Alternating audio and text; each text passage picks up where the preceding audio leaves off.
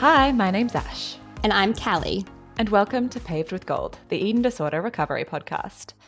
I would like to acknowledge the traditional landowners on which Callie and I are recording and extend the same respect to the custodians of the lands from which you are all listening. So we recently did an episode with Ellen Masson, which talked about their experience with an eating disorder and the role exercise and movement can play in eating disorders, and especially eating disorder recovery. This was such an important episode for us to do, and honestly, it left me personally with even more questions on the topic. Oh, honestly, I was like, we need another 3 hours to talk to you. But anyway. Exactly. And I know that this is a topic that's very close to both of our hearts. So we wanted actually to take a step back or a step upwards and look at the exercise and movement as a whole and do an entire episode dedicated to dysfunctional relationships with exercise and movement and how that can actually appear in other people's lives, because I think it's very applicable to a lot of people, even those who've never had an eating disorder before. Absolutely. Yeah. And we get bombarded with messages from diet culture, toxic fitness culture, and that can actually warp our perceptions and our expectations of exercise. And we wanted to not just debunk all of that, but offer an alternative. And of course, we could not do that alone. So we had to bring in someone very special to talk to.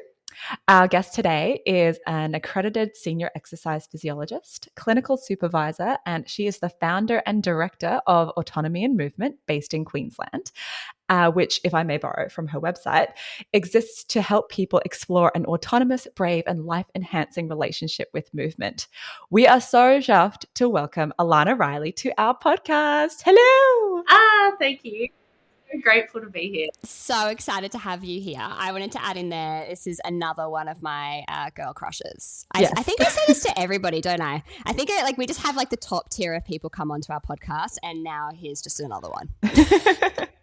One thing that having just recently followed you, your content is actually really inspiring, and it's something I haven't actually seen before, and it's really sort of groundbreaking in this space, and why I'm so excited to get to some practical stuff here, because you have so much knowledge and expertise in this subject, which I just want to draw out of you.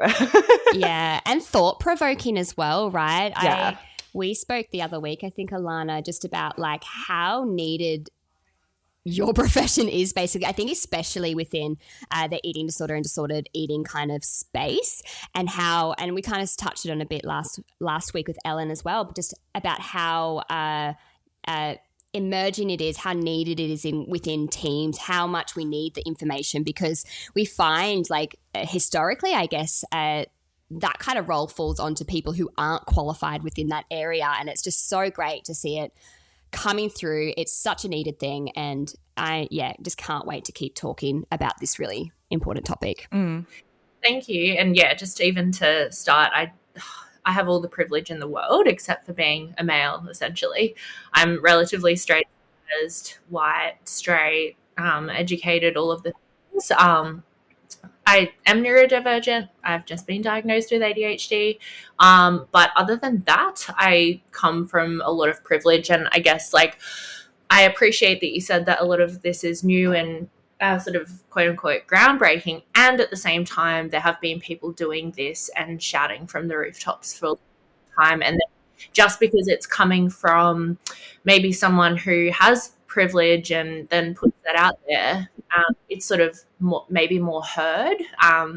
There's a lot of stuff happening in the US and even here and in other countries that is done by or with and for people living in bigger bodies, or people with ED, or our families, or people with all sorts of things that they're trying to navigate, intersectionalities. So I guess I appreciate that, and I've also learned it from the people who have been sort of navigating this for quite a while themselves. Yeah. And I'd love to talk about that a little bit more as a bit of an intro maybe into, I guess, exercise physiology, movement in larger bodies within disordered eating disorder space, about where it came from maybe. Yeah, absolutely. Great question. So I want to preface it by saying that in the late 90s, there was a gentleman who was an eating disorder researcher, and he found he was doing some study on ED, and he had all the privilege as well. And he noticed that a person with a restrictive eating disorder was engaging in movement, and said that therefore all movement was problematic if it was attached to ED, or a person was engaging in physical activity and had an eating disorder as well.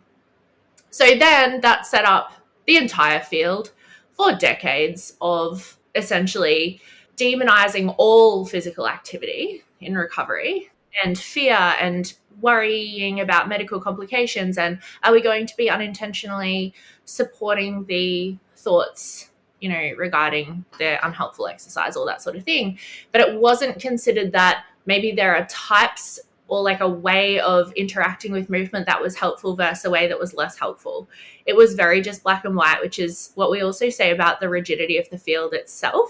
We try to help people reduce rigidity and sort of add some gray area. The field has been incredibly rigid in and of itself, particularly in areas regarding research. So yes, but in general, I was in my final year of uni. So by the way, exercise physiology, Ellen might have mentioned, is a 4-year degree at university full-time. I studied in California on exchange as well as at UQ and QUT. And it is the study of the interaction between the mind, body, and movement. So we help people engage with physical activity or movement, I use those words interchangeably, that is going to be life-enhancing and actually supports not only people who are seeking athletic Olympic level training and performance, but also people with different chronic conditions. So neurological, psychological, musculoskeletal, metabolic, cardiorespiratory, all sorts of conditions. Usually we help people engage with more physical activity. However, sometimes we suggest less, and it's often about the quality as well, not just the quantity. So when I was finishing uni, I was utilised as a test dummy prac student in a local hospital's mental health space. And I went in having only done one lecture on any mental health. At the time, movement and mental health weren't really too connected yet, at least in research or practice. And then I went in and I noticed that I was meant to go to help people on particular medications reduce the negative effects of those medications through tailored movement. But I noticed that half the people in the mental health space in the hospital wanted to do so much exercise and followed me around everywhere, and were even doing particular exercises on the ground, on the toilet, and, in other areas. And then the other half of people completely avoided me and hated any movement. So I didn't know what to do. I didn't want to force them to do anything, and I didn't want to make other people do more either. So I just wasn't really sure what to do, and no one really was. And so when I graduated, I sought work at an eating disorder clinic as an admin person, actually, even though I was graduated as a clinician, to learn from the ground up about eating disorders and disordered eating. And that was the first time I'd come across any of those terms. Then I met a psychologist there, Dr. Marita Cooper, and I said, can we make a guideline on how to help people navigating disordered eating, eating disorders, and challenges regarding movement during recovery and beyond? And so we did a meta-analysis on all the literature available in the space, and that took a very long time before and after work every day on the weekends. Then we collaborated with some of the world experts in exercise and eating disorders across psychiatry, medicine, and experts by experience as well, dietetics, ex-phys, etc., psychology. Then we also involved other consumers, and we then created, I believe, the first guideline in exercise and ED. And then after that, we worked with the International Olympic Committee to create one for elite athletes navigating recovery. And there is a child and adolescent version coming out at the end of the year as well. Oh my God. You're such an impressive person. I feel like, oh my God. I didn't even know. I guess I know it, like, you kind of personally, or, as well. And, like, I didn't know that stuff. That's incredible. Absolutely. I'm also not a researcher. I think like I like to come up with ideas, or I see things that are maybe like needing to be something, particularly in social justice, and it just happened to intersect at that time. And I guess then I sought people like Dr. Marita Cooper and Danica Quinnell, who is doing her PhD at the moment, who are people who could really make this stuff happen. Our goal is to have it as part of the eating disorder treatment plan as well in the future. When I say our, I mean, I guess mine. I haven't. I think it's across the board a goal, to be honest. A lot of people I've spoken to, it's across the board a goal. And I recently spoke to, I think it's the research coming out of, is it La Trobe Uni at the moment? They're reviewing the EDP because it hasn't been done yet. And I mentioned it to them and they said that a lot of people have said that. So I think it's hopeful. Something that I right at the very beginning that you said, it was that like pinged in my brain was like some white, I assume he was a white clinician within the space, just decided that movement was bad for all people with eating disorders. So then that just took off and it was across the board. And I was just like, wow, haven't we heard that 1,000 times before? Gosh, literally, it makes sense because there was a lack of research and information that, in general, hadn't been translated to practice. So essentially, if we aren't sure of something as humans, we tend to avoid it, be worried about it, sort of, and that's all. It all makes sense. There are actually 3 ways to engage with movement, not just one. So this person had one of the ideas. Yeah. Okay. So I've read your website in depth because I just want to know all about you. Part of the reason how you got into this space was that you are a reformed gym bro, and you're very much over toxic fitness culture, which we love around here.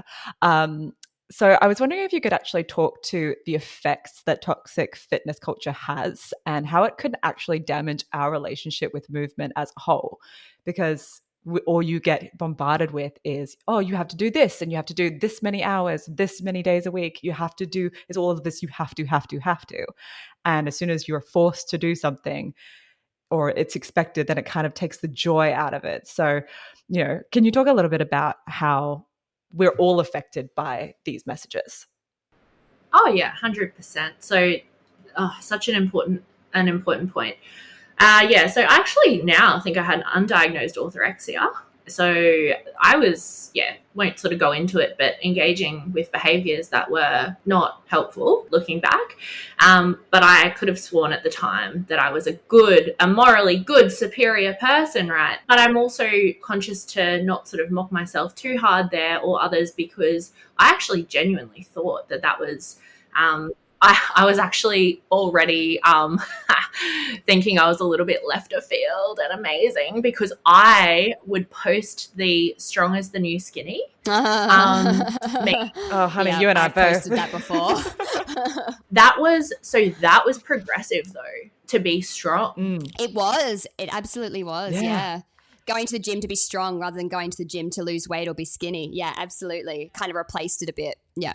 Yeah, so I think that I was somewhat, people were like, oh my gosh, that's incredible and like amazing. And I was like, yeah, I'm pretty progressive. Like, I thought that was so great. I'm sorry, I love that voice. So good.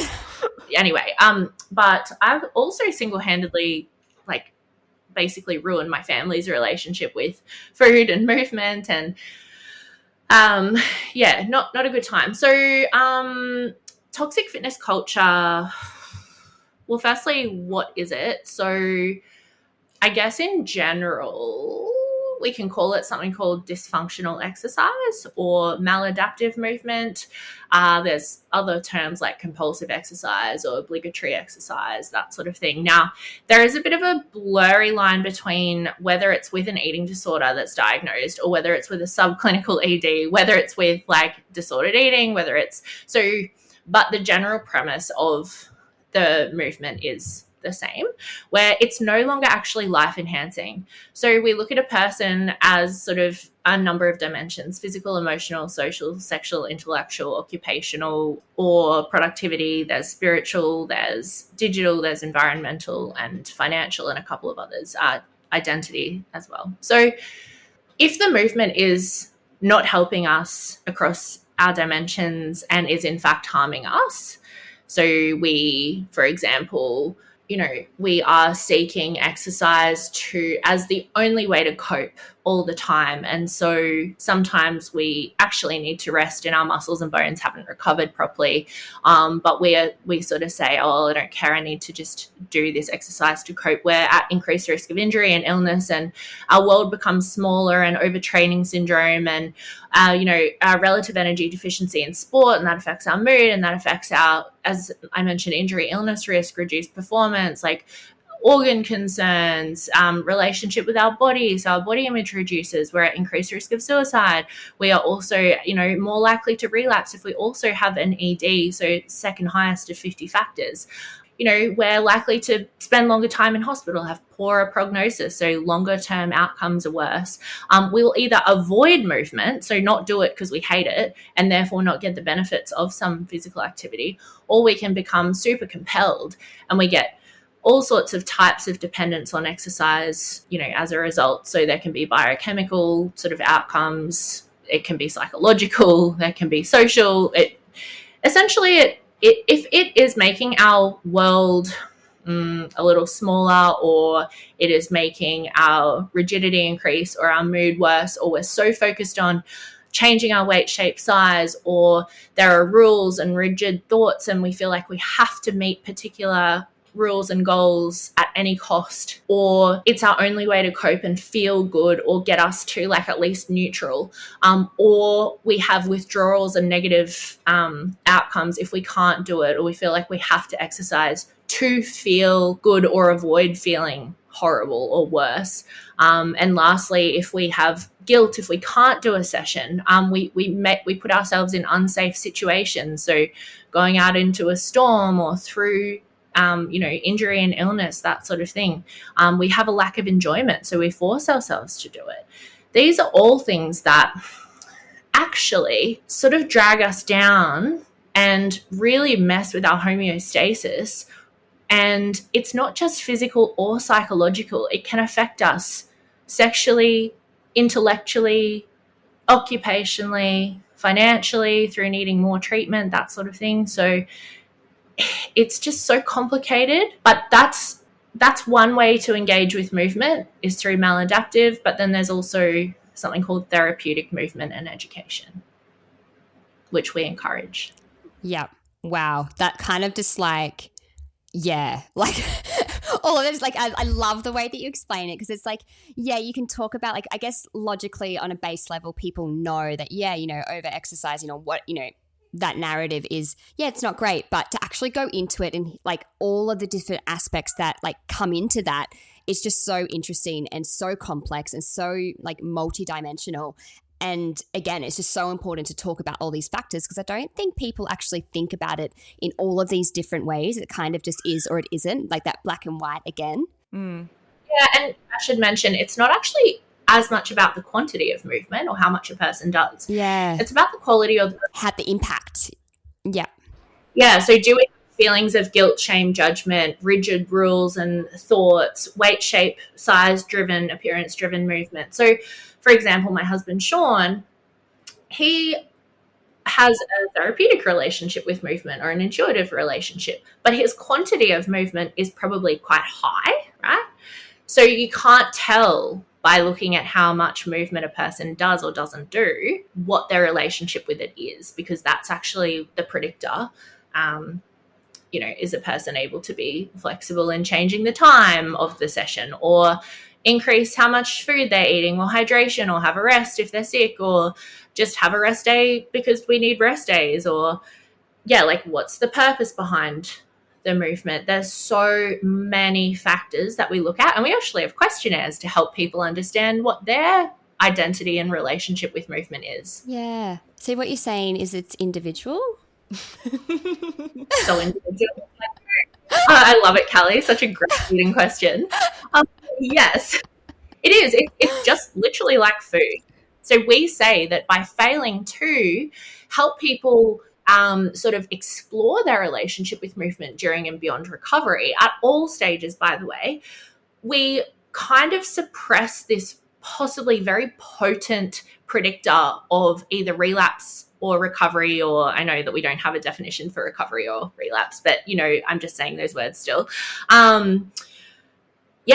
by provide and certainly abstinence, or saying, well, just don't do it, don't talk about it, don't do anything, let's just completely push it under the rug. You're right, it festers under there, and it actually sort of bleeds into every other area of recovery, and it unintentionally undermines all the amazing work that the person and the psychologist is doing, and the family and the dietitian and doctor. So because all these thoughts still exist, and there's been no actual engagement or exploring some other varieties of movement or what is safe. And for some people, they do like to completely abstain, and that's absolutely up to the person. But sometimes what can happen is really similar outcomes can occur to doing the dysfunctional exercise. It's almost the same because nothing's been addressed yet. But also we can get people can have a significant coping mechanism just stripped away from them all of a sudden. And there can be actually switch to other unhelpful engagement in thoughts and behaviors. And also we do say that movement and physical activity, that happens as long as we're alive. So we're going to have a relationship with it. It's not like alcohol where we don't have to have a bottle around us. We have to have physical movement, even brushing our teeth, even in bed. And that's the thing, is that people even utilize some of these opportunities to engage in the exercise. And we also know that it's not actually dysfunctional exercise, which I don't like that word, because firstly, it's not always dysfunctional, it's functional for the person. And secondly, it's not just in exercise or planned movement settings. It's actually one of the most sneaky or potent ways that it can appear is through incidental activity like housework. So, we say, is it ethical for us not to offer this avenue of learning and therapeutic engagement in recovery? Is that ethical to not do that? Yeah. And do you find, Ash, we sort of said last week, didn't we, that, we find a lot of people will find a way to do it anyway, and then it just becomes a secretive thing, and breeds in shame and guilt then, because, you have this compulsion to do it, so you need to do it in secret and then, lie to your team. You had that experience as well, didn't you, Ash? Because I did. Yeah, I absolutely did. And I mean, this just rings true to what Ellen was talking about last episode, which was bodies need movement. Bodies are not supposed to be motionless. It's sometimes I think part of the problem is people think of the word exercise as being high intensity. So people confuse the terms. So just quickly, there's physical activity as the umbrella term for all movement of the musculoskeletal system. So when we're nodding now, we're engaging in physical activity, sitting up as well, right? Then you have two subcategories or subtypes. Then there's exercise, which is the planned, structured, repetitive, and purposeful engagement in physical activity for the purpose of improving our fitness and or well-being. So you do some balance training this afternoon between this hour and this hour with this person for the specific purpose of improving your balance. That's exercise. It also doesn't matter what intensity that is. That's separate. Then there's incidental activity, which is all the other movement that we do in our life or physical activity that's not planned, structured, repetitive, or purposeful. It's not the purpose of improving fitness and or well-being, such as grocery shopping or something like that. But the body doesn't know the difference between the two. So you could be climbing up stairs and, your body, or you could be on a Stairmaster at the gym and then your body thinks, oh, I don't know that's that. Only our mind does. So all movement counts. And the second thing is then you have different intensities within that. So you could have a tradesperson who is doing only incidental activity for their job, but they're getting so much physical activity in, and it could be high intensity lifting up a big slab of concrete. And then you could have someone doing planned and structured exercise, but it might be to, you know, rehabilitate their wrist, and they're doing these very small sort of TheraBand movements with their wrist, which might be low intensity. So you can't actually say that exercise is like just star jumps or something. So think about intensities versus true definitions. We talk about what is the definition of all of these things. What is the definition of fitness? What are the 9 types of fitness? What influences our fitness? How does fitness progress using the general adaptation syndrome model of fitness? Like, we go into these things, and how movement is not just in the moment, it's also for like days after. You need to have appropriate scaffolding in place of like food, hydration, rest, all sorts of other things happening in your life variety, so that you can actually get those rebuilding effects within the mind and body to benefit you and go through that third phase called supercompensation, where you now have an increased level of fitness because you have laid down new bone, you have created more tendons and ligament, like strength and collagen and elastin and all sorts of things. Like, there are processes that occur. It's not just the movement, it's after as well for you to get benefits. Otherwise it crashes and that's not a good time. I could just listen to you all day. I was oh just my gosh. saying, I'm like, this is so fascinating. So fascinating. Oh my goodness, you don't learn this. But also, it makes so much sense. And it's kind of like, duh. Yeah. And this is the issue, is that no one's talking about it. Or there are people who are talking about it, but it's not common parlance, right? It's not that, well, yeah, of course, because, you know, you just said it way better than I would, so there's no point me repeating what you just said. But it's just, what kind of comes into my brain, I guess, is this whole, I guess, hierarchical kind of system of, you know, movement in that. And we kind of touched on it a little bit before when we were talking about, you know, that old slogan of, you know, strong, not skinny. And this kind of like, and, you know, when you were saying that every movement is moving, so us nodding our head is moving, you know, I was thinking, you know, as I chase around my 1-year-old, that's movement, you know, walking the dog, rolling on the floor, that's movement. And just this hierarchical kind of system that we have of, you know, you are good or you are better if you participate and you know, say you go to the gym or you lift weights or you do CrossFit or you do, you know, whatever, like this kind of, I think there's definitely a tiered system in society of if you do X, Y, Z, then you are better than the person that maybe rolls around on the floor at home with, you know, maybe by themselves or with their toddler. Or, and I think that's really something to be spoken about, because we definitely live in a society of like, be strong, you want to be strong. And it's kind of just like, well, that's a different definition for everybody. Again, like, you know, what even is that? And that doesn't look like just going to the gym and lifting weights. And it's also all the incidental movement that you don't even know that you're doing. Like, I think I can speak quite freely, and they were all quite fidgety people. Like, I'm constantly fidgeting. I'm constantly like jiggling my leg. I'm constantly just like moving around, because especially now because I've got a sore back, but then I'm slouching.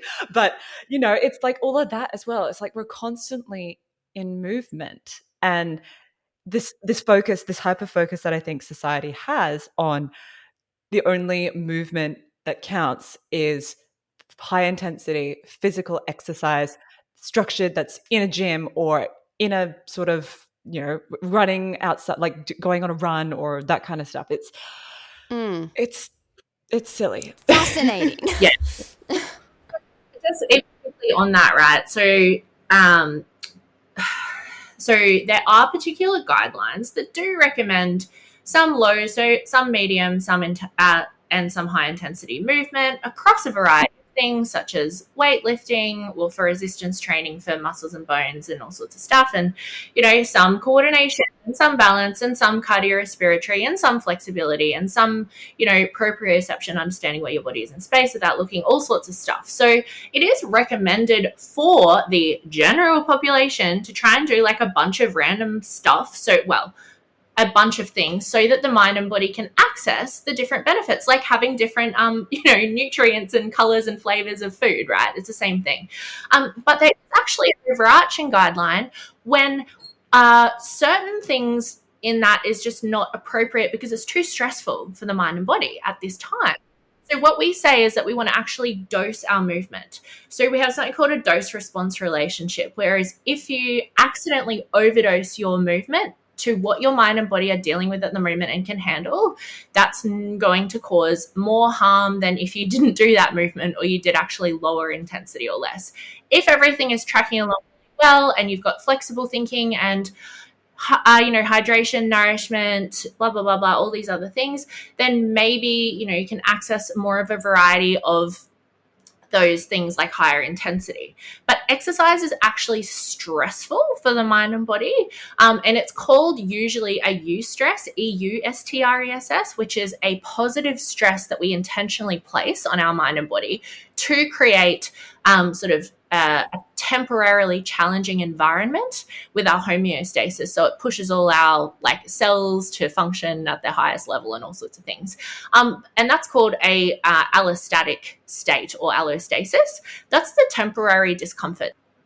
Then though, if you don't have that full loop or return to homeostasis again, where you've had the rest, you've had the recovery, etc., it's just this open-ended sort of construction zone in the mind and body. It hasn't returned yet.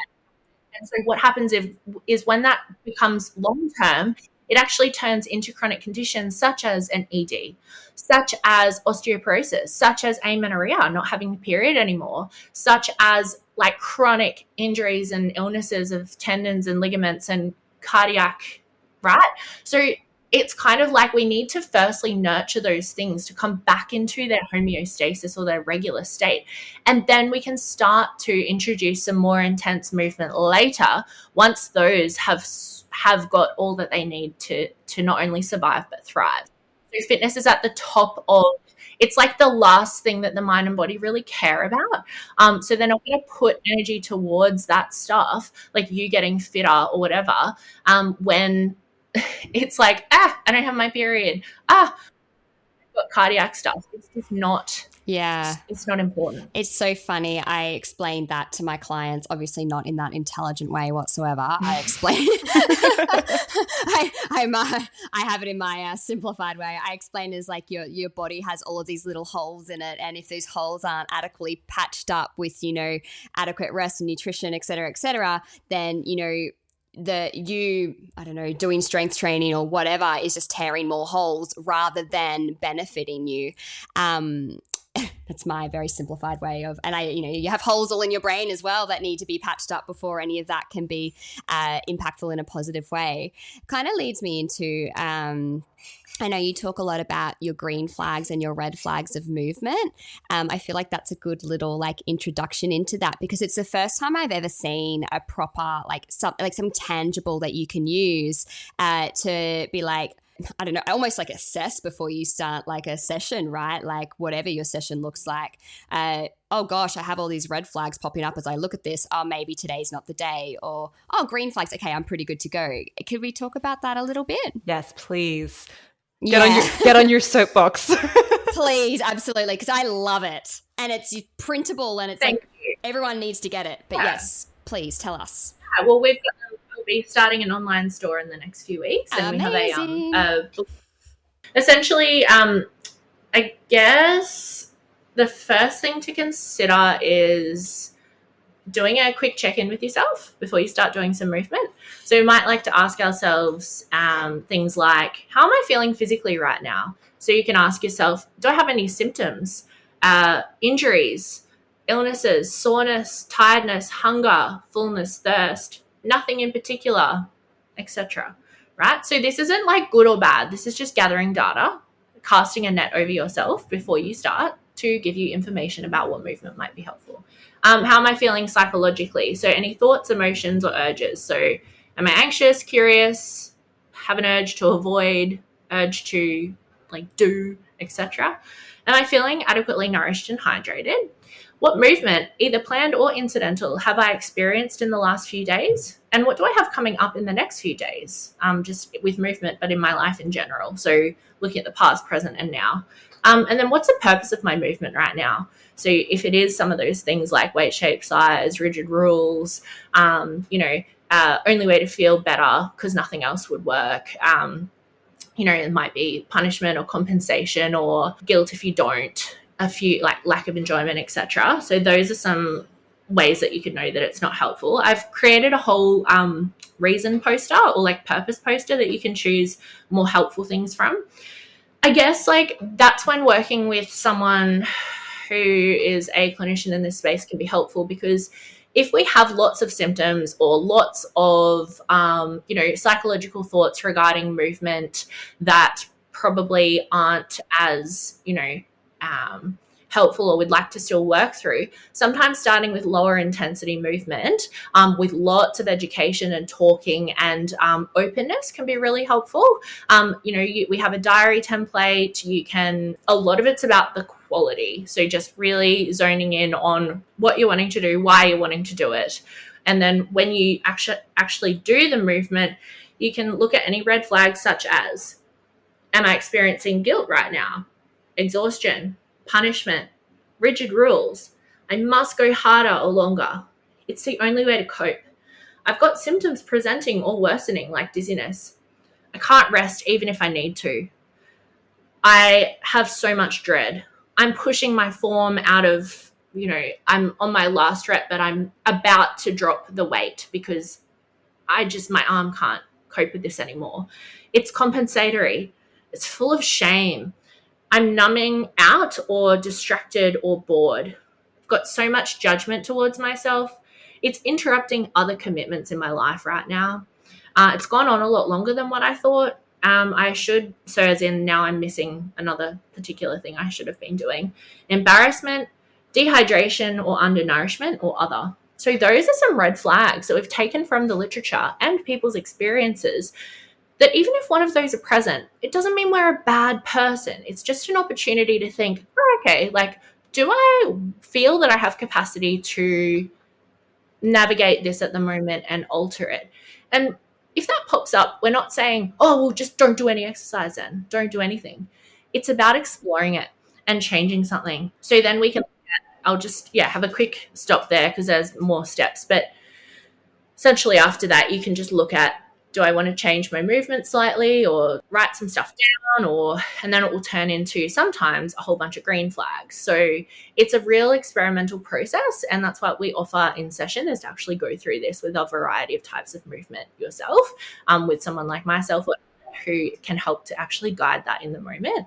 I can go through the other flags in a second, but I know it can be overwhelming, so I'll just stop there for a minute. I love it because it really allows you to kind of analyze and dissect and kind of understand, and helping yourself understand why you're doing a certain kind of movement or engaging in an activity, which I think, because, not to bring it back to toxic fitness culture or these expectations, but it always just is kind of put as, well, this is what you have to do. This is what's expected of you. And it just becomes kind of automatic and ingrained in you so much that you don't actually tend to analyze it, especially if someone is kind of on the cusp where their relationship with exercise might be getting a little bit more, what's the word?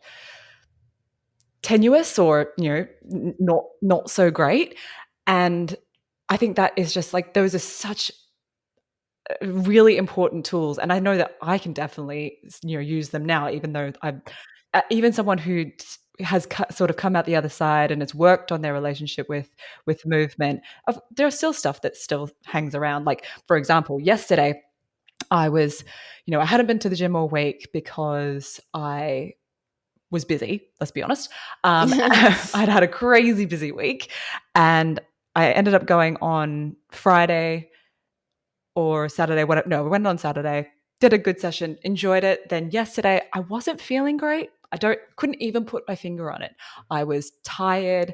I was a bit achy. I thought I was, maybe getting a sore throat, and I just wasn't feeling great. And I was like, I said that I was going to go and do another session yesterday, but I just said, you know what? Not up to it. Why would I do that? That sounds like a terrible idea. When I was, especially because I was vocalizing and I was complaining about it to Adam, of being like, oh, I'm not feeling great. And I'm not feeling very well. And I was actually in a foul mood, let's be honest. And then I knew that if I said, okay, I'm going to go to the gym now, he would have said, are you kidding me? Like, you've just been complaining all day about all of this stuff. And it's like, sometimes in my head, I was like, well, no, this is different. It's like, it's not different. Yeah. It's not Do you different. hear kind of a narrative of like, I think it's a very classic narrative, like it's dedication when you don't feel like going, like, you know, it's, you don't rely, what is it? You don't rely on motivation, you rely on dedication. I just feel like that in and of itself is such a toxic saying, to be honest. It reminds me of like something, a skill, I guess, that I've learned is that sometimes like I'll be doing the exercise or like the movement and halfway through I'll be like, do you know what? I actually don't feel this anymore. And I just stop and I like abandon. And that's such a skill that I've learned because in the past it's like, no, you finish, you know, like just finish the session, then it's done. Whereas I'm like, oh, do you know what? I actually don't, I'm not feeling this. And as you were explaining all of those red flags and green flags, Alanah, I was thinking, well, wouldn't it be great if we kind of adapted this to be able to check in with these things throughout the entire session and learn that, you know, maybe halfway, quarter of the way, you know, almost finished that, you know, oh, actually, I'm not feeling this anymore, or this has become really hard, or my arm is hurting. Like, it's actually okay to stop. And I was thinking, wouldn't it be great if this became just like ingrained, even just into gyms, and like if personal trainers could take this on board and this be a thing that they work on their clients about? Because, you know, it's funny, like when I think of exercise physiologists, I know you guys are so different to PTs, but I think a lot of people kind of blur the two. And I think now speaking to you, it's just so clear to me the difference, absolutely. But it would just be great if everybody within this space, this sphere, could get on board with this stuff to implement stuff, because it could only improve people's relationships with exercise. Because like, dedication, like fuck that. Like, I guess that's a good point. So what we know is that sort of working through some of these flags can actually help improve our well-being and performance, because a lot of people think, oh, well, I'm just going to slack off then. No, it actually helps you to be really critical in a helpful way, and sort of, I think, more intelligent and more aware. And you can play to your strengths and, you know, work through the things that aren't quite going well, because red flags just drag the whole thing down. You're at more risk of injury, illness, developing ED, going to hospital if you do have ED, like all sorts of stuff. And, you know, a lot of people think that this type of movement, therapeutic movement or like intuitive movement, is just letting yourself go or off the hook or whatever, or just like, oh, flailing your arms around in the air and being like, la, la, la, like, oh, movement. No, it's essentially, it comes down to working with biology, working with psychology, like being in symbiosis with everything, and adjusting everything to your current capacity, and how that will like spit out at the end and affect you as a whole. So if this session is going to like make you absolutely hate exercise today, but you make yourself do it and you don't change a thing, maybe you're less likely to go and do your next session in a couple of days. So like your net outcome is like less exercise anyway, whereas you push through that, or you get an injury, or you like have really poor body image and that affects something, like it just all turns to crap basically. And there's a difference between challenging yourself, right, versus like harming yourself, and traumatizing yourself or creating fear or any of that. So I can sometimes push, you know, which I do often in a session, past the point of comfort, but it's because I have all the mental and physical resources available to support that. And my reason is for well-being and energy and performance. And I'm aware of like all of my thoughts and emotions and everything at that time. And I've set stuff up for afterwards to recover. And I've also been able to adjust if my life is already really busy, really stressful, really I've got a lot of other things I'm coping with, or just had a cold or something. I can know that like how much movement to do now versus maybe I could do more in the past, but I'm still like overcoming a cold or something. So it's very like an art mixed with science. I'm so glad you said that, because I think some people it's that all or nothing thing that you're talking about, right? And being checked in with yourself and analyzing why you're doing a certain movement doesn't mean that you're not allowed to, push for the burn or like go really hard, because that might be one of your goals. If you're in if you have a relationship with movement that's actually beneficial to you, like if you want to build muscle and really increase your strength, sometimes you do have to push it in those sessions. But it's more, I guess, identifying when those sessions become harmful to you. I think if you're expecting every single session to be that way, regardless of other things that are going on in your life, then that's kind of when it's more challenging, but it's just being mindful. I hate that word, but you know what I mean. Just be mindful. It's checking in with yourself. Yeah. Yeah, and it's also not recommended to push to your limit every time. Yeah. It should only be, there's actual guidelines on that. Yeah. So it's inappropriate to be. You shouldn't be seeking PBing that every day. time. No. And the only time that people do quote unquote PB every day is when they have come from a level of I guess detraining, or maybe people have been, like, let's say in hospital and refeeding and that sort of thing. Is people's percentages of increases of performance and well-being can skyrocket hundreds of percentages in like a week, because but if you are sort of more seasoned with training and that sort of thing, the smallest increments are only doable because the biological ceiling is closer.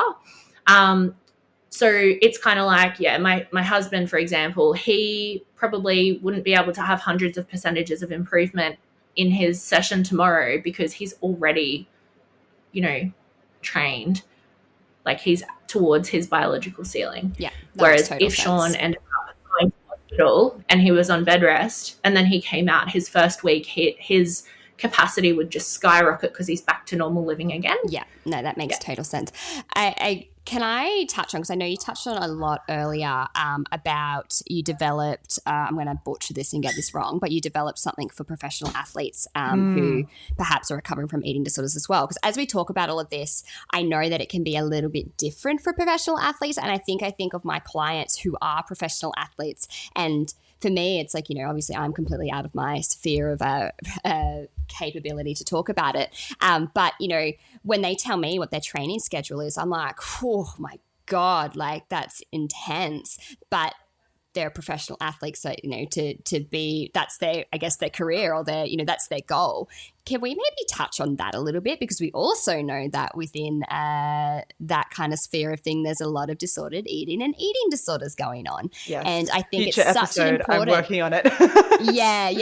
that one's coming. But I just would be interested, I guess, from your, like you said, you developed something within that kind of sphere. I'd love to touch on that if we can. Yeah, so I do have to give a lot of the credit to Marita and Danica because I've stepped back now onto a board position in SEAS, Safe Exercise at Every Stage, our organisation, and they have become the sole directors. So they are just absolute, amazing people, absolutely amazing when it comes to gathering all the literature. So yeah, a few years back, we worked with the International Olympic Committee, the IOC, on the guideline regarding how to recover from an ED and then move forward as an elite athlete. So essentially, yeah, there are lots of differences. There are also guidelines, but then there are the individual athletes and their situations. So sometimes I want to stress, and that's the same with people who don't identify as athletes as well, there can be guidelines, but we do have to adapt everything to the individual.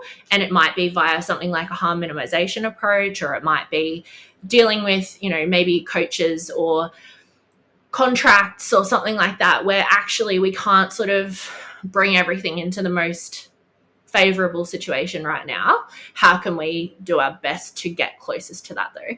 But essentially what we look at is the elite athlete is, their training is often could be sort of seen as being rigid, or could be seen as, there's guilt if they don't go. And that's because they might have a contract. They might have a paid contract if they don't go, they're not fulfilling that. They might have, there are all sorts of different things that people who are athletes need to be navigating because that's their job. So we can't often say that that's exactly the same as other people where it's not their job. The other thing to consider is that in recovery, the athlete is a human first, right? The athlete is a person with homeostasis and biology and psychology and chemistry, and their performance and well-being can sort of only be achieved and increased once some of these big rocks are actually sort of worked through. So we say at the start of quote unquote treatment that we want to actually still be having the athlete involved in their sport if it feels helpful, still going to some of the trainings but doing an adapted version, or going to social events with the other athletes, that sort of thing, so that there is some identity still maintained as well, and friendships and support, that sort of thing, but that we sort of peel it back and do things like really low intensity movement. We allow the heart to settle. We allow the bones and periods and sex hormones and all sorts of things to come back and calibrate, right? So once they are all somewhat back in alignment, we can start to then step up into, okay, we're going to join some more trainings. We're going to start working on this particular area of returning to competition. We're going to make sure, though, that we also have other things happening in our life that don't involve our sport. We're going to also be able to be flexible if our schedule changes, and have different rest days, and like work really closely with the coach and the different people who are involved in the team and the physios and all sorts of things. Have everyone be on board on the same page, which is tricky sometimes. And then looking at returning to competition, and then looking at, we have specific assessments that we do psychologically and physically, like, are they ready? And then are they ready without compensating and dropping every other ball in their life as well, So there's just like a stepped process to this. It's all individualized. It all just starts with, hey, let's see the person as a person. Let's help get all the humanness happening again of regular heartbeats and psychology and all of these things. And then let's tack on some exercise a little bit more over time if those things can still be maintained safely. We just need to clone you and put you in like every single gym, Absolutely, treatment facility. It's like a little like robot Alanah, just like do. It's funny, like to loop back around, I guess, to eating disorders and eating disorder treatment. I asked Ellen when we spoke to them about because it was my experience and a lot of people I know's experience as well of, I was medically compromised. Obviously, we know not everybody's medically compromised with eating disorders, but I was. And so very much that narrative of the thought process of withhold exercise because it will medically compromise me even more. And I asked Ellen about that because I was like, because that's obviously a lot of people's experiences, and that's, the reasoning why sort of, exercise has been cut from, their life basically.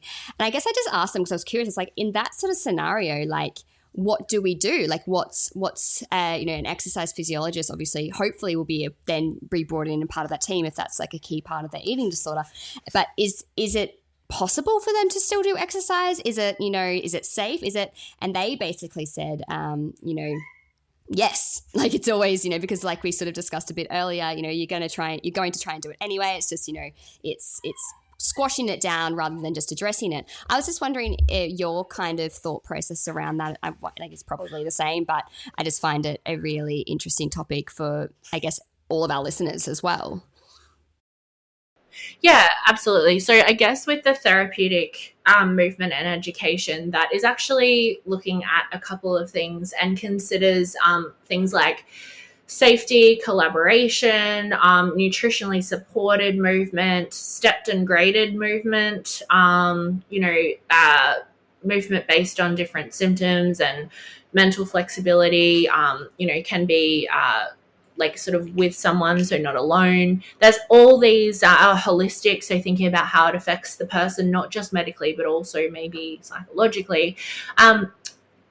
So it's about tailoring the movement so that it provides just a bunch of green flags, essentially, and just doesn't have as many red flags. So it's not like movement isn't the problem. It's the lack of tailoring and understanding around it. So we would just kind of like splat a whole bunch. If it was like paint, just like throw it at the paper. But like we never knew what we were doing, but now we're understanding colors and textures and all of these things. So essentially it's like yeah, we're understanding the ingredients a bit better. And we know that also a lot of people experience things like cardiac wastage, or the heart becomes smaller in recovery. And we also know that some little tiny bits of movement can actually be helpful to help restore the heart, restore the autonomic nervous system's function, like help with bone density and tendon and ligament strength. So it can actually help physically a person to recover, right? And also, we know that for people who are weight suppressed, it does not actually negatively impact weight if there's that nutritional support as well, and the other, mental flexibility and tailored, etc. So a lot of the myths of it being harmful, like, yes, dysfunctional or maladaptive movement's harmful for sure, and abstinence can be harmful, but therapeutic movement and education, where we're actually like putting in place these specific things and talking about it and reflecting, can actually do things like double the likelihood of recovery for people. It can actually, increase performance and well-being. It can improve anxiety and depression and body image and our relationship with food and sleep quality, and basically like can help us practice interoception and understanding what's happening in our mind and body at all different stages throughout recovery. So yes, usually at the start, if there is that medical compromised aspect, it can be most helpful to start low, go slow. So usually low intensity, which is normal talking and breathing, or leisurely, which looks different to everyone, by the way, sort of 0 to 30% of your maximum intensity or capacity. Able to do that activity for, if you had to, like an hour or longer. Like, that's how you can decide, could I continue at this level for an extended period of time, or is this going to be, if I had to, it would be so explosive of a movement I could only do 30 seconds of it. And then just a bunch of checking in, so learning about education, physiology. Yeah, a lot of people don't actually change their movement straight away, by the way. So some people say, I don't agree, I can't change right now. And so we say, okay, like, where should we start then? And so some people will just start to reflect, or start to learn, or be curious. Yeah. And then over time we can change movement. Yeah. Sometimes it doesn't change. People have informed consent, at least. Yeah. No, it's so important. I was wondering if we could also pivot a little bit, because I know we were talking about situations where movement can be harmful in certain settings, but I also wanted to chat maybe on the other end of the spectrum, which is when the movement isn't harmful, but the environment that they're in can be harmful. And I know that for people, particularly in bigger bodies, when they are in movement, they can have quite traumatic experiences when they're moving in public, mainly surrounding weight stigma and everything like that. And we chatted with Ellen about this, about how gyms can be really toxic places sometimes for people in bigger bodies.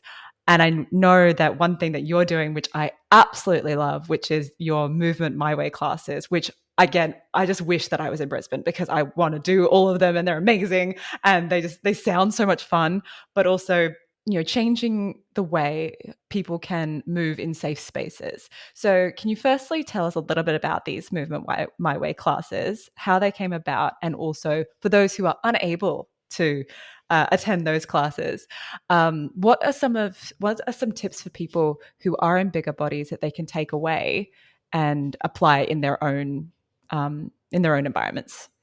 So Movement My Way is a peer-led class specifically designed with and for people living in bigger bodies who've experienced shame, stigma, judgment, or trauma in the movement setting. And Movement My Way aims to help attendees explore an autonomous, brave, and life-enhancing relationship with movement in a mirror-free, shame-free, size-inclusive, and trauma-informed space.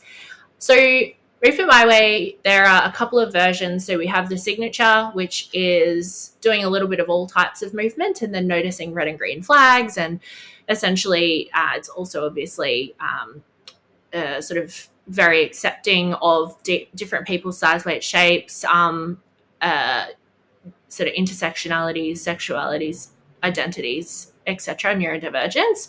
Not only accepting, but just completely respecting. So that came about a few years ago when I noticed that I was starting to work with people who had specifically horrible experiences with movement regarding size, weight, shape. So it's meant to be a space to help restore that. So unlearn, relearn, and sort of re-experience what helpful movement might sort of feel like, therapeutic movement. There is also a strength version that we've just started, which is with sort of heavy lifting equipment, because people living in any size body can be at any level of fitness, right? So we've got these really sort of using it's like a graduation to heavier equipment, more specific strength work. It's also at the moment a little bit of exposure as well, because it's in a space with the equipment that doesn't actually have curtains over the mirrors. So there are mirrors, there are some members of the public around, and there are some sort of less helpful messaging on the walls. So that's kind of an extension of our signature movement My Way, which is very much sort of has the curtains over the mirrors, etc. But it is an opportunity for exposure for people as well to re-enter their own movement that we can sort of talk about and experience before they go off to do that themselves, because unfortunately the movement space is not very nice sometimes, as we know. And then we have reclaiming movement as well. So reclaiming movement is the same, but for people in a variety of bodies, navigating a variety of complex physical and psychological conditions. So yeah, we have that as well in a mirror-free, stigma-free space. So a lot of people in recovery there, people in all sorts of bodies. So, and shortly we'll have boxing My Way as well. So we'll have boxing classes that are adapted and safe for people living in bigger bodies, and maybe Zumba in the future. So, oh my God, I love it. It's so important. Yeah, thank you. But like I said, it's peer-led, so it's been very much experimented. They're really fun. Because you think about it, I remember when I used to go to a mainstream gym, I used to work one actually, and there was a women's only section. And it's like, well, why do we need a women's only section? And I think we know why we need a women's only section. And I know I found myself, I used to train within the women's only section for very specific reasons. And it took a lot for me to feel comfortable to come out of those, a lot of, practice and a lot of exposure to come out of those sections. But it's so important, to practice doing these things so they can feel safe in these scenarios. And unfortunately, I guess for a lot of people, they aren't. But, how do we, if you want to enter these, because they should have the option to enter these spaces anyway. So how do we do that? How do I make that safe? How do I make this work for me? So that's incredible. Mm. Yeah. Thank you. And just to touch on, I guess for people who don't have access to this sort of thing, well, we obviously sort of provide Zoom, and there's people such as Ellen in different states, Meredith Woolsey in Perth, South Australia, a few people popping up, which is amazing. And I guess for people at home, though, they can see if they have any red flags, or consider, a lot of the time red flags aren't about us, it's about the environment. So are we in it? So one of the flags is this unsafe for us, not only physically or sort of psychologically, but it could be socially. So there might be nothing wrong with a particular class, but the instructor is not a vibe, not helpful. And I guess people can, if they identify that, they can see if they want to change something. So it's often about being quite artistic with this. So do they want to change the frequency, how often they go to the thing, the intensity, how hard they go, the time, how long they're there, the type, whether it's flexibility or strength or cardiorespiratory or balance. Do they need to just have a rest? So an active rest is still doing something but lower intensity, and passive rest is just go have a drink or sit down. Do we look at recovery? So do we alter something after the session? So if we can't change anything in the moment, do we just deal with that and go reflect on it later, talk to our psychologist or social worker, talk to our physio, ex-phys, etc., and make a plan to change it for next time? Do we get enough sleep? Do we look after our mental health? Can we consider coming back to our reason that we were originally coming here? Is this meeting my original reason I did in my check-in? If it's to feel energized, am I actually feeling drained because I hate this place? Right.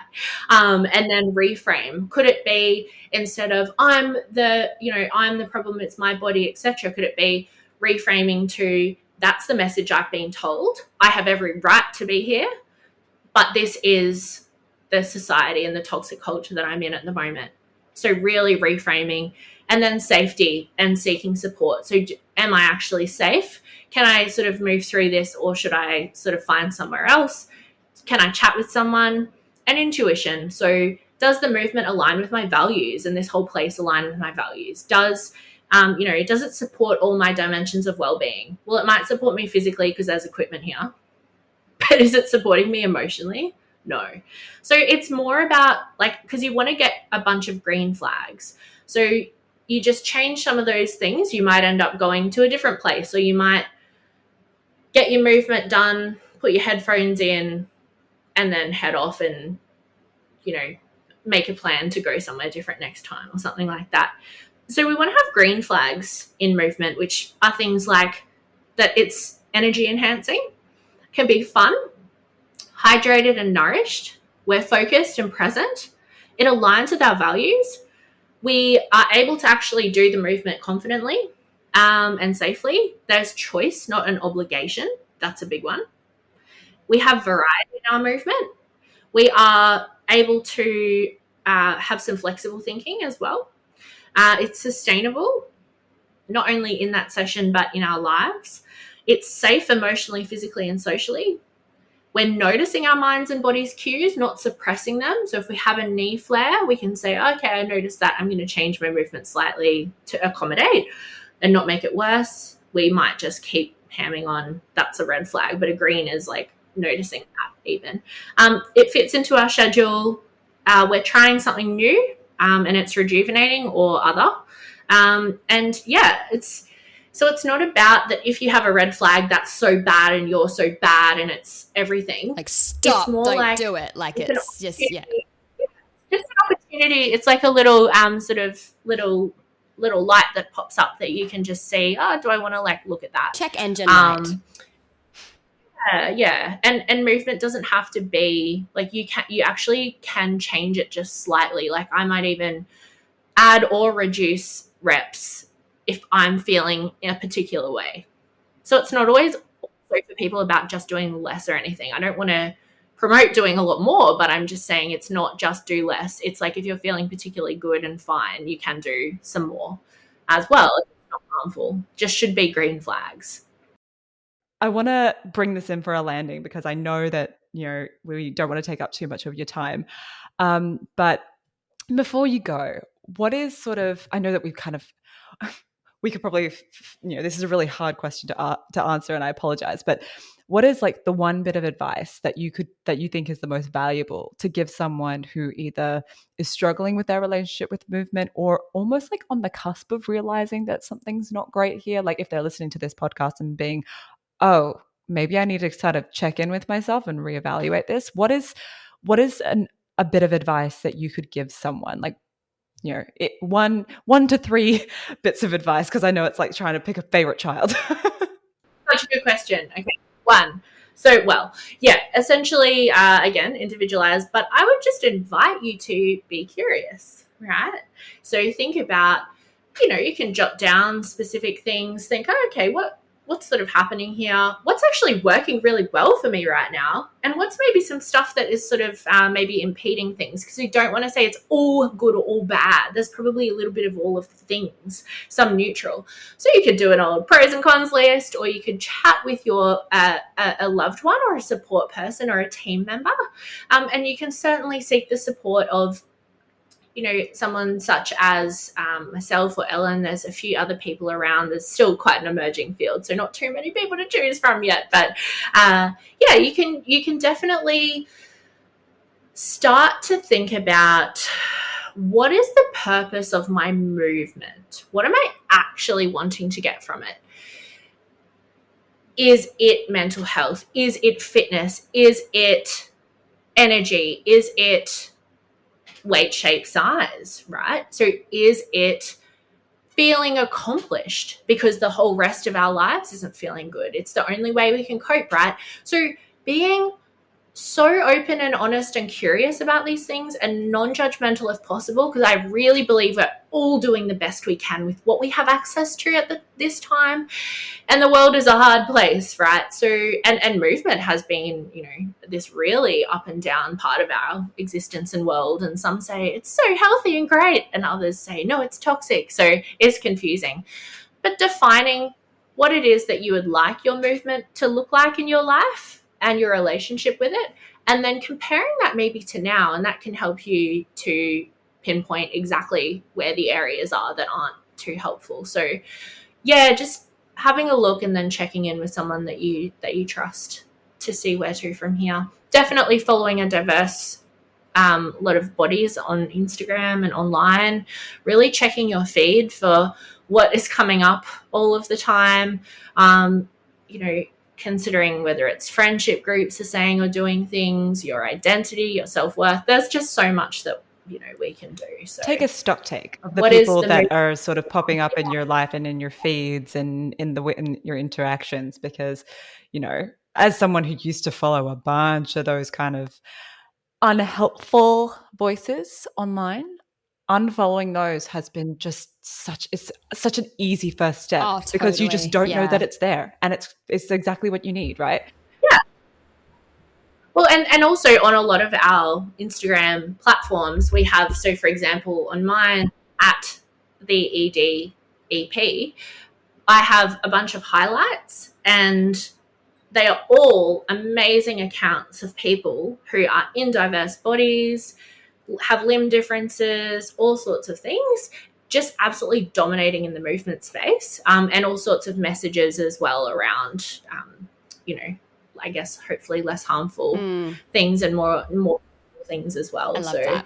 Yeah. So I find you can sometimes, if you're looking for a particular thing, then you're going to find it, aren't you? So, in both ways. So look for, things that are actually going to be helpful rather than harmful. And almost, I probably really recommend everybody go check out your green flags and red flags to movement, because even that, as you were sort of explaining, that kind of those tips there is everything. I feel like the green flags and the red flags really kind of encapsulate that all really beautifully. So I probably really recommend people go check that out as well. And if you have an online store coming, that's definitely a good place to start. Yes, definitely. Thank you so much, Alanah. This has been so informative, insightful, everything. I know that sometimes I listen back to our episodes just to make sure audio is right and your quality. I will definitely be re-listening to this one just like every week, because it is just so important and insightful. And I hope that everyone listening has found it as enlightening as we have. You can follow Alanah on Instagram at the.edep, or you can follow her practice at Autonomy and Movement, or go to her website, autonomyandmovement.com.au. She is based in the Milton area of Queensland. If anyone would like to book a consultation with her or join in some of her amazing classes, I wish I could. But thank you so, so much. Oh, and also definitely keep an eye on her website, because as Callie and Alanah said, there will be an online store coming. So keep your eyes peeled. Thank you so much. And I know we say this to every single guest, but we definitely need to chat again soon. It has been so wonderful. Yeah, thank you so much. Like I said, we could listen to you forever. Thank you. No, there's a lot to learn, that's for sure. And yeah, I think the people who know the most are the people who are actually going through these challenges. So we really have to listen to them and definitely do our best to help raise their voices and do better ourselves. Amen. That's all for today's podcast. Thank you so much for listening. You can find us on Spotify, Apple Podcasts, Amazon Music, or wherever you get your podcasts. And don't forget to subscribe and leave us a little rating and review. It really helps us with the pod. You can follow us on Instagram at pavedwithgoldpod. Send us a Gmail at pavedwithgoldpod@gmail.com, or visit our website, pavedwithgoldpodcast.com. All of those links will be in the show notes, along with extra resources and links where you can find all details on Alanah. So until next time, stay safe, and we'll talk to you again soon. Bye. Bye.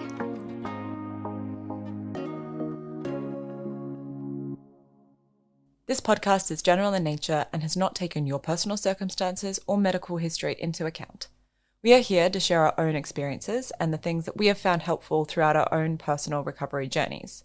Please remember that each person's journey and circumstances are different, and not all of the information contained in this podcast may be relatable to you. It's important you consult your own GP or recovery team to seek out tailored advice before making any important decisions relating to your own health and recovery process. If you have found any of the content in this episode distressing, please contact your care team or a medical professional. If you or someone you know is in crisis and needs help now, please contact emergency services in your region immediately.